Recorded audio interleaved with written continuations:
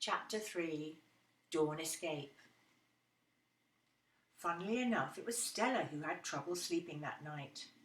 Tom, in his room next door, was out like a light the moment his head touched the pillow. "A boat," Stella whispered repeatedly. "How on earth could it have got there? And why was Harry soaked to the skin?" She was thinking how first thing tomorrow they would have a good scout around in the bushes when a hollow clank came from somewhere outside, making her sit up. The clock at her bedside read 5 a.m. She must have fallen asleep. Still thinking about Harry, she crept from her bed to her window. The sun hadn't risen, and the garden was bathed in a grey, early morning mist. Nothing. It must have been a dream.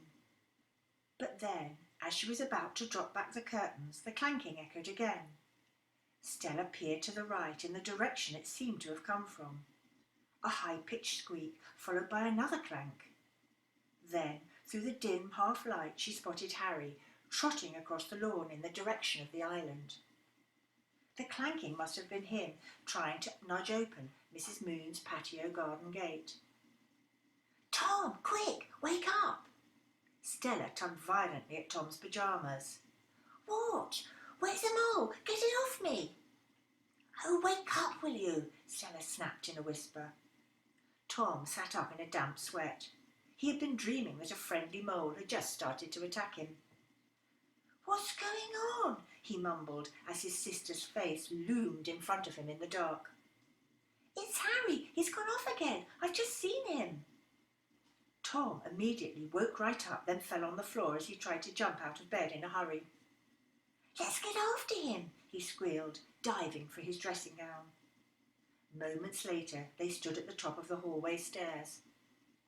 "Quietly," mouthed Stella, glaring like a schoolteacher. Slowly they crept down, then put on their trainers and slipped outside into the grey morning air. "Come on, we haven't got much time," Stella whispered. She grabbed Tom's hand and together they raced across the damp grass towards the island, wearing only their pyjamas, dressing gowns and trainers. "Drat, we've missed him," said Stella. They had hunted around the island for a good 5 minutes. All was still and there was no sign of Harry. But at least the log was still in place, which meant Charlie Green hadn't noticed their digging. "We'll just have to come back and have a good look when it's light," said Stella with a sigh. They then squelched back across the lawn, their trainers soaked with early morning dew. It was about halfway back that something caught the corner of Tom's eye. He glanced to his right, and through the fading dawn mist, for a moment thought he saw a group of 3 or 4 moles scampering in a circle on the grass. But when he blinked, they had gone. The half-light was playing tricks on him. Cold and shivering, they returned to their beds and slept soundly.